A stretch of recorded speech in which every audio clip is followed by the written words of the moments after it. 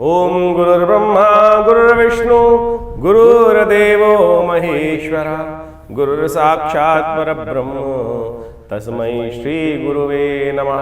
अखंडमंडलाकारं व्याप्तं येन चराचरं तत्पदं दर्शितं येन तस्मै श्री गुरुवे नमः। नमस्कार, स्वागत है आपका आचार्य वाणी के अंदर। मैं आचार्य डॉक्टर विक्रमादित्य आपके साथ हूँ और आज का विषय हमारा है कन्या राशि।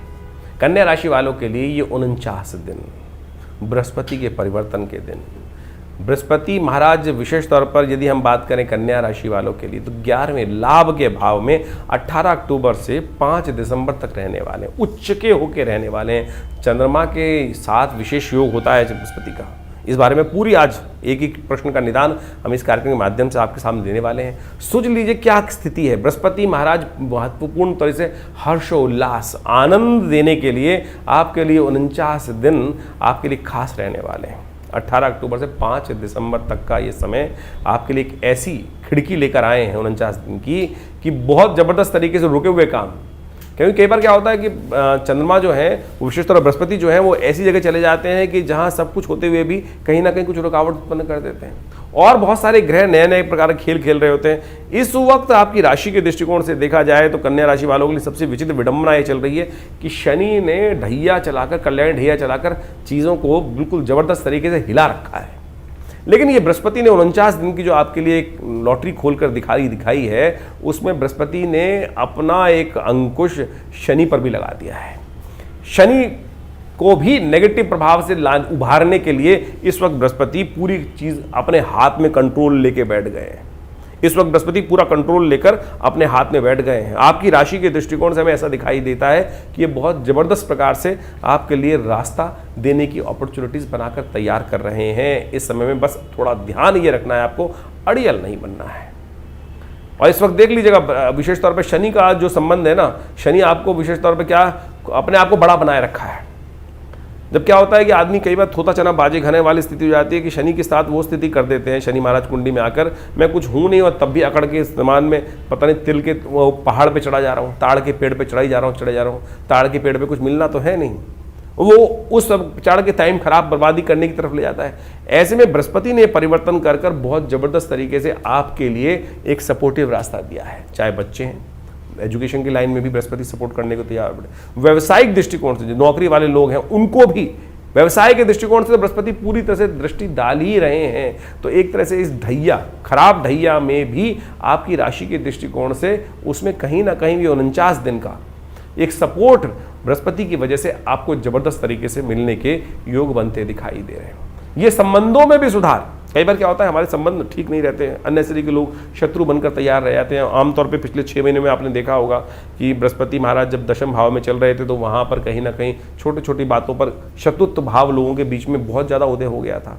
उनसे भी इस वक्त वो पैचअप करने का टाइम आपकी राशि के दृष्टिकोण से बनता दिखाई दे रहा है। पर्सनल लाइफ में भी नए संबंध स्थापित करने के लिए भी ये बृहस्पति आपकी राशि के दृष्टिकोण से बहुत महत्वपूर्ण स्थान पर जाते दिखाई दे रहे हैं। नए संबंध, नए पार्टनर, जो लोग बिजनेस में हैं, नए लोग ढूंढने वाले हैं, मित्रवत नए कार्य करना चाहते हैं तो उनको भी नए लोगों से संबंध स्थापित करने के लिए ये समय खाली बैठने का नहीं है। ये समय विशेष तौर पर जागने का है। बहुत बढ़िया तरीके से इसका लाभ उठाने का समय आपके लिए बनता दिखाई दे रहा है। सबसे बड़ा उपाय इस वक्त क्या किया जाए? बृहस्पति को ताकत, बस हर चीज़ को जब अच्छा करने के लिए हो तो थोड़ी ताकत देने का प्रयास करना चाहिए। इस वक्त सबसे बड़ी आवश्यकता है बृहस्पति को थोड़ी ताकत और दीजिए। जब जब बृहस्पति आपकी राशि के दौरान इन 49 दिनों में चंद्रमा की अच्छी स्थिति में होंगे तो बृहस्पति को पूर्ण सपोर्ट मिलती चली जाएगी और वो बृहस्पति की सपोर्ट विशेष तौर पर आपकी राशि से कई गुना अधिक लाभ आपको देने के योग बना देंगे। लाभ वाले स्थान में ही बैठे हैं बृहस्पति महाराज। बड़े लोगों के साथ संबंध, अपने वृद्ध लोगों के साथ उनका सम्मान, ये विशेष तौर पर करने की जरूरत। पिता या पिता तुल्य व्यक्तियों की सेवा जितनी कर सकते हैं, उनको दूध पिलाइए अपने हाथ से। कोशिश करें उनके थोड़े चरण दबा दीजिए, उनको थोड़ा सम्मान करने का प्रयास कीजिए।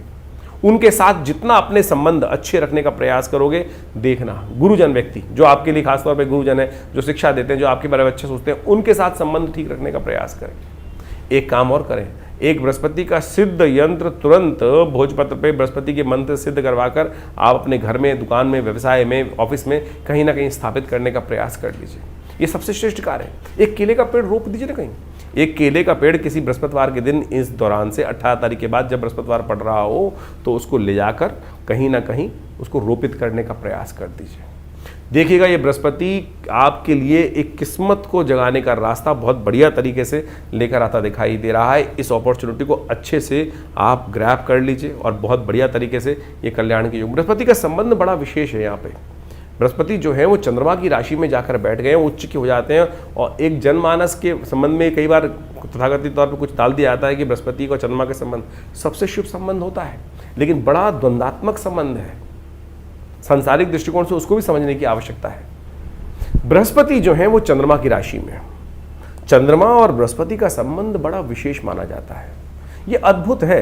शास्त्र में अनेक अनेक प्रकार की कथाएं इसमें वर्णित हैं और बृहस्पति का चंद्र की राशि में जाकर उच्च होना अपने आप में एक अद्भुत योग है। शास्त्र के दृष्टिकोण से जिस प्रकार से कहता है कि चंद्रमा के द्वारा तारा जी का हरण किया जाता है, तो एक तरह से तो वहाँ द्वेष हो जाना चाहिए था, लेकिन बृहस्पति का संबंध चंद्रमा के साथ जब भी ज्योतिष के अंदर आता है तो सबसे विशेष संबंध गजकेसरी योग भी ऐसे मान लिया जाता है। और ऐसे में जब कथा के माध्यम से आप सोचे तो क्या विचित्र स्थिति बनती है। उस कथा को समझने की आवश्यकता है कि जिस प्रकार से चंद्रमा का संबंध बृहस्पति के साथ जो है वो गुरु शिष्य का संबंध है। चंद्रमा जो है बृहस्पति गुरुदेव के यहाँ जाके शिक्षा ग्रहण करने के लिए गए थे और वहाँ कहा जाता है कि तारा का हरण कर लाए, ऋषि पत्नी का हरण कर लाए और उनके साथ संबंध भी स्थापित हुआ। और बाद में जो बुद्ध का उदय होता है, बुद्ध का जन्म होता है, वो चंद्रमा के पुत्र माने जाते हैं। यहाँ समझने की उसके बाद भी बृहस्पति का संबंध जो है वो चंद्रमा के साथ बड़ा अद्भुत माना जाता है, शुभ माना जाता है। अब यहाँ समझने की आवश्यकता है कि ये कथा के पीछे सार क्या है, कारण क्या है। देखिए, चंद्रमा मन का मालिक है, चंद्रमा मन का मालिक है और चंद्रमा के दो स्वरूप कहे गए, कृष्ण पक्ष और शुक्ल पक्ष। कथा के अंदर यह आता है कि चंद्रमा का साथ उस समय शुक्र और असुरों ने दिया, वहीं समस्त देवतागण वहां बृहस्पति गुरु के साथ खड़े थे, बृहस्पति देव के साथ खड़े होकर उनका साथ दे रहे थे। द्वंद्व होता है, आपस में विचार भेद होते हैं और उसके बाद भी वो द्वंद्व शांत नहीं होता। बाद में ब्रह्मदेव स्वयं बीच में आते हैं और वो सब चीज़ों को ठीक कराने की व्यवस्था बनाते हैं। लेकिन सोचें, कथा का सार जो है असुरों ने, शुक्राचार्य जी ने और समस्त असुरों ने वहां चंद्रमा का साथ दिया। तो यहां समझने की आवश्यकता है, ज्योतिष के अंदर चंद्रमा की दो स्थिति मानी गई, कृष्ण पक्ष और शुक्ल पक्ष। शुक्ल पक्ष का चंद्रमा शुभ माना जाता है और कृष्ण पक्ष का चंद्रमा पापयुक्त माना जाता है। यानी शुभ ग्रह और पाप ग्रह में चंद्रमा की दो अवस्थाएं ज्योतिष को सिखाते हुए इस बात को समझाया जाता है। तो जब चंद्रमा, आज भी चंद्रमा पीड़ित जब होते हैं, जब कृष्ण पक्ष में चले जाते हैं और जो देवताओं के साथ जुड़ जाते हैं, शुक्ल पक्ष में जुड़ जाते हैं, तो शुभ हो जाता है चंद्रमा। ज्योतिषी गणनाओं के अंदर सबसे पहला चैप्टर कहा जाता है जब जो ग्रह शुभ हैं और अशुभ हैं, चंद्रमा जो कृष्ण पक्ष का होगा वो शुभ होगा। यानी आज भी चंद्रमा पीड़ित हो जाते हैं, चंद्रमा पापयुक्त हो जाते हैं जब वो कृष्ण पक्ष में जाते हैं। तो ये है वास्तविक तौर पर संबंध कि चंद्रमा, अब आपकी कुंडली में आपको देखना पड़ेगा कि आपका जन्म जो है वो किस अवस्था में हो रहा है, कृष्ण पक्ष में हो रहा है, शुक्ल पक्ष में हो रहा है। तो ये उसके अनुसार व्यवस्था समझेगी। चंद्रमा आपकी कुंडली में शुभ, कई बार मन ही तो मनेव बंधन कारण मोक्ष शास्त्र कहता है ना, तो मन के कारण से ही तो समस्या उत्पन्न होती है। तो अब वास्तविक तौर पर यह समझने की आवश्यकता है कि चंद्रमा और बृहस्पति का जो ये संबंध है वो बहुत विशेष, बृहस्पति उच्च के चंद्रमा की राशि में ही आके हो रहे हैं। ऐसे में बृहस्पति जो भी आपकी राशि के अनुसार से, आपने जाना आपका जो प्रभाव उत्पन्न करने वाले, हमने ज्योतिष गणनाओं के अनुसार से राशि के दृष्टिकोण से आपके समक्ष बात करी। अब बृहस्पति को ताकत देनी है, बृहस्पति के दोषों को शमन करना है, तो क्या क्या करना चाहिए। बृहस्पति के शास्त्र में अनेक उपाय बताए गए, अनेक उपाय शास्त्र में बताए गए हैं। हमारे अनुसार से सबसे श्रेष्ठ उपाय जो है वो तो 3 प्रकार के उपाय ही शास्त्र में वर्णित हैं। औषधि संबंधित उपाय और साथ साथ मंत्र संबंधित उपाय और दान संबंधित उपाय, ये सबसे श्रेष्ठ उपाय बताए गए। बाकी नग धारण करना और अनेक प्रकार के उपाय करने, वो तो ज्योतिषी गणों ने, आचार्यों ने अपने अपने मतानुसार, अपने अपने समय के अनुसार से उपस्थित कर दिए। आज की तारीख में तो आप सोचें कि नग इत्यादि धारण करना तो एक इतना ज़बरदस्त प्रचलन में आ गया है कि हर व्यक्ति बृहस्पति का पुखराज धारण करे हुए घूम रहा है, और वास्तविक तौर पर वो पुखराज है भी कि नहीं है। आमतौर पर जो पुखराज धारण करके घूमते हैं उसमें कहीं ना कहीं जाला आता है, और किसी व्यक्ति से बोल दो कि भैया जाला वाला पुखराज पहन रखा है, तो खट से वो क्या कहेगा, एक ही बात कहता है कि बिना जाले वाला यदि पुखराज होगा तो बहुत महंगा हो जाएगा, बिना बादल वाला। रत्न का दोषी सबसे पहले वही माना गया है कि भैया कोई दाग धब्बा बादल किसी प्रकार का उसके अंदर बुलबुला नहीं होना चाहिए। और आमतौर पर सुनार ये कहता है कि पुखराज की पहचान ही जो है वो अंदर बादल वाला होता है। अब उसने भ्रांति किस प्रकार से उत्पन्न करी तो वो आप समझने की आवश्यकता है। तो आप समझें कि बिल्कुल नग अच्छे धारण करते हैं, लेकिन क्या इतने रत्न जो हैं वो उस खान से निकलते हैं, या वो कहीं ना कहीं मशीन से बैठकर बनाए जा रहे हैं? किस प्रकार से आज बहुत सारी इंडस्ट्री इसी प्रकार की डेवलप हो गई कि हर ज्योतिषी के पास कम से कम हर जो बेचने वाले नग बेचने वाले हैं कम से कम एक एक पोटली दो दो पोटलियाँ पुखराज समस्त रत्न लेके बैठा हुआ है। तो हमारी मानना इस बात की है कि कम से कम इस भ्रांति से हटें। उतना पैसा तो किसी गरीब व्यक्ति को दान कर दोगे तो वो बहुत अच्छा लाभ देगा, मन को संतुष्टि देगा, लेकिन हर व्यक्ति को कुछ ना कुछ पहनना है। और ज्योतिषी जी के पास जाकर उसने कुछ ज्योतिषी जी ने आपको बताया नहीं, पहनाया नहीं, तो आपको भी मन की संतुष्टि नहीं होती है। तो इसलिए कोशिश ये करें कि जो हमने मंत्र बताया, मंत्र सबसे श्रेष्ठ है। बृहस्पति का एक सीधा साधा उपाय बताया गया है बहुत बढ़िया तरीके से बृहस्पति को शक्ति देने के लिए। ओम ग्रांग ग्रीं ग्रोंग से गुरुवे नमः, इस मंत्र का जप कर लीजिए, 108 बार नित्यप्रति जप कर ले, बहुत अच्छा रहेगा। हल्दी का टीका अपने माथे पर लगा लीजिए, वो सबसे श्रेष्ठ है। बृहस्पतिवार के दिन केले का पूजन, केले का दान, पीली चीज़ों का दान। बृहस्पति का संबंध ब्राह्मणों से भी है, ज्ञानवान लोगों से भी है। तो पीले वस्त्र का दान, पीली चीज़ों का दान, पूजा की चीज़ों का दान, ये आप अच्छे भाव से कर सकते हैं। तो इससे भी श्रेष्ठ एक उपाय और समझें तो गऊ का संबंध शास्त्र में कहा गया है कि हर देवता के साथ है। तो बृहस्पतिवार के दिन गाय को चने की दाल भिगो कर देना अपने आप में एक श्रेष्ठतम उपाय है। यदि आप ये करके रख लें तो भी आपको बहुत श्रेष्ठ लाभ हो सकता है। एक और उपाय शास्त्र में बताया जाता है बृहस्पति की शक्ति देने के लिए, वो है केसर का उपयोग। लेकिन अब केसर के साथ भी ये समस्या है कि इतना केसर तो बाजार में उत्पन्न ही नहीं होता है कि जो आज सब जगह इतना बाजार में हर जगह जितना उत्पन्न नहीं होता है उससे 10 गुना ज़्यादा 100 गुना ज़्यादा तो आज बाजार में बिक रहा है। तो इसलिए हमने कहा हल्दी सबसे श्रेष्ठ है। हल्दी तो कम से कम आपको अच्छी मिल ही सकती है, तो हल्दी का अपने माथे पर तिलक करना। हाँ, हल्दी को लेके रख लीजिए, अच्छी हल्दी, और उसको पानी में हल्का सा डाल के स्नान कर लीजिए। और तो और सबसे बढ़िया ये पीला वस्त्र है।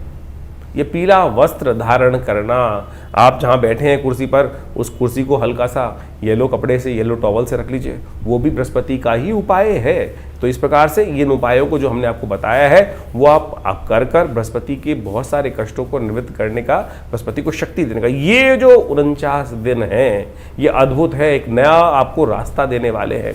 इस समय में आप किस्मत जगाने के लिए सुंदर रूप से कार्य कर सकते हैं। बृहस्पति के साथ संबंध बहुत बढ़िया आपकी राशि के साथ बनकर तैयार हो गया है, और ये आपके लिए सर्व प्रकार से, अब ये तो राशि के दृष्टिकोण से हमने कॉन्सेप्ट बता ही दिया, लेकिन वास्तविक तौर पर यह भी समझने की आवश्यकता है कि आपकी इंटरनल कुंडली में कौन सी दशाएं चल रही हैं, अंतर दशाएं चल रही हैं। बहुत बार लोग इस बात पे हमारे पास प्रश्न लिख के भेज देते हैं, बहुत सारे व्हाट्सएप पे भी माध्यम से समय समय प्रश्न लिख के भेजते हैं, हम समय समय पर उसका निवारण भी करते हैं कि आपकी राशि के अनुसार से जैसा बताया जाता है वो घट नहीं रहा है। अब भैया देखना पड़ेगा ना आपकी जन्मपत्री में कौन सी चीज़ फलीभूत हो रही है, लग्न राशि से फल मिल रहा है अब या किस अवस्था में। अब राशि में देख लिया, अब एक बात समझें कि आपके ग्रह किस अवस्था में। अब ग्रहों की अवस्थाएं दीप्तादि अवस्था में, मृतादि अवस्था में, युवा अवस्था में है, वृद्धावस्था में है या बालावस्था में है। यदि ग्रह शुरू के कुछ अंशों में हो तो कहा जाता है, राशि के दृष्टिकोण से वो कॉन्सेप्ट बताया गया है कि किस अवस्था में है।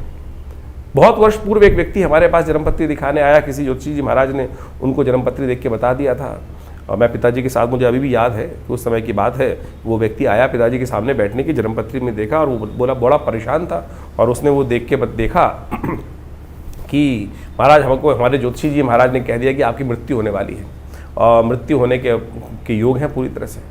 जब वो जन्मपत्री देखी तो उसके अंदर जिस प्रकार की स्थिति थी उसको देख के हम लोगों ने यही एनालाइज किया कि आपकी कुंडली में बिल्कुल मृत्यु का योग तो है, लेकिन इसके बाद भी आप जिंदा रहोगे, मरने के बाद भी जिंदा रहोगे। वो बड़ा उसको आश्चर्य लगा कि क्या बोल रहे हैं आप, मरने के बाद भी जिंदा रहेंगे। तो हम लोगों ने जब जन्म पिताजी के साथ बैठे हुए एनालाइज किया कि उसकी कुंडली में जो ग्रह था वो स्वप्नादि अवस्था में था, स्वप्न अवस्था में था वो ग्रह। तो यानी मृत्यु भी होगी तो वो सपने में ही होगी। आपने बहुत बार देखा होगा, कई बार सपने में लोग देख लेते हैं एक्सीडेंट हो गया, या सपने में देख लेते हैं कि लॉटरी खुल गई। तो जो ग्रह ने अपना कार्य करना था वो सपने में कर दिया। अवस्था कौन सी थी? जागृत अवस्था थी, स्वप्नादि अवस्था थी। या इसी प्रकार से एक अवस्था बताई गई है, मृत अवस्था, युवा अवस्था और बालावस्था। तो कौन से ग्रह में वृद्धादि अवस्थाएं जो है वो ग्रह, जैसे अभी राहु कुछ दिनों पहले बदलने के बाद मृत अवस्था में चल रहा था और 23 अंश के जब 30 अंश से 23 अंश के वक्री स्थिति में आगे गए तब उन्होंने अपना प्रभाव दिखाना शुरू किया। तो ऐसे ही आपको बहुत अच्छे समझने की आवश्यकता है। जन्मपत्री केवल राशि नहीं है, जन्मपत्री में बहुत वृहद रूप से, अब YouTube के माध्यम से या बहुत सारे लेक्चर्स के माध्यम से तो ये सब इंटरप्रिटेशन जो है राशि के दृष्टिकोण से एक आसान हो जाता है, इसलिए करने की व्यवस्था बना दी जाती है। लेकिन ज्योतिष एक शोध का विषय है और एक इंडिविजुअलिटी के साथ बताने का विषय है कि यानी हर व्यक्ति के साथ हर छोटी छोटी परिवर्तन, हर क्षण के साथ ग्रहों की अवस्था बदल रही है। आपकी जो एक एक क्षण के साथ व्यवस्था ग्रहों की बदलती रहती है, तो उसको अच्छे से एनालाइज करने की ज़रूरत है। तो अगर कोई खराब अवस्था ग्रह की है भी या कोई अशुभ योग है भी तो उसे घबराने की ज़रूरत नहीं है। बहुत सारे लोग घबराने की बात कर देते हैं कि किसी ने बता दिया कि अशुभ योग है तो बस ये घटेगा। अरे नहीं, उसको बदलने के लिए कर्म है ना, कर्म से ही तो वो दुर्भाग्य या सौभाग्य बनाए और कर्म के द्वारा ही वो समय को परिवर्तन करने का रास्ता बना सकते हैं। तो ज्योतिष एक प्रत्यक्ष विज्ञान है और उसको बहुत अच्छे से शोध करके चीज़ों को करने की आवश्यकता है। और कई बार बड़ा दुख इस बात पे होता है कि हम जब देख लेते हैं चीज़ों को और उसके बाद भी व्यक्ति को बता देते हैं और व्यक्ति बदल नहीं पाता चीज़ों को, तो यानी या तो विश्वास नहीं होता उसको, और विश्वास होगा बता भी देंगे तो वो समस्याओं को ठीक नहीं कर पाता है। तो कोशिश ये करें आप वास्तविक तौर पर ज्योतिष के विज्ञान को सही से समझकर उसके एनालाइज करने का प्रयास करें। कटाक्ष तो कहीं भी हो सकता है, कटाक्ष तो लगातार कहीं ना कहीं किसी अवस्था में कर सकते हैं। लोग तो आज की तारीख में मेडिकल साइंस में बहुत सारी चीज़ों पे है ही नहीं, कुछ भी करने की बात कर देते हैं। हर चीज़ का कुछ ना कुछ प्रभाव है, तो आप सब उसको अच्छे से एनालाइज करके चीज़ों को समझने का प्रयास करें। हमने ये सारी ग्रहों की अवस्था विवेचना आपके समक्ष रखी है और उन सब चीज़ों को सही से कर आप अपने ग्रहों को परिवर्तन की तरफ बहुत सुंदर तरह से ले जा सकते हैं। तो ये जो 49 दिन पुनः समझ लीजिए आए हैं, एक अद्भुत योग लेकर आए हैं। दिवाली के दिनों में ये सुंदर योग बनकर तैयार हो रहा है और दिवाली के बाद खुलकर आपके पास समय है अपनी जो चीज़ें खराब हुई कई कारणों से उनको ठीक करने का समय है। तो इसमें बहस मुबाहिसे में इस चीज़ को बर्बाद न करें, सही से चीज़ों को समझकर पूरी तरह से अपने अनुसार चीज़ों को समझकर आप कार्य करने की व्यवस्था बनाएं। हर चीज़ में अच्छाई भी है, हर चीज़ में कुछ ना कुछ बुराई भी है। जो बुद्धिमान व्यक्ति होते हैं उनको ठीक करने का रास्ता बना लेते हैं और अपने जीवन में चमत्कार। बड़े भाग्य मानुष तन पावा, बड़े भाग्य से मनुष्य तन प्राप्त हुआ है।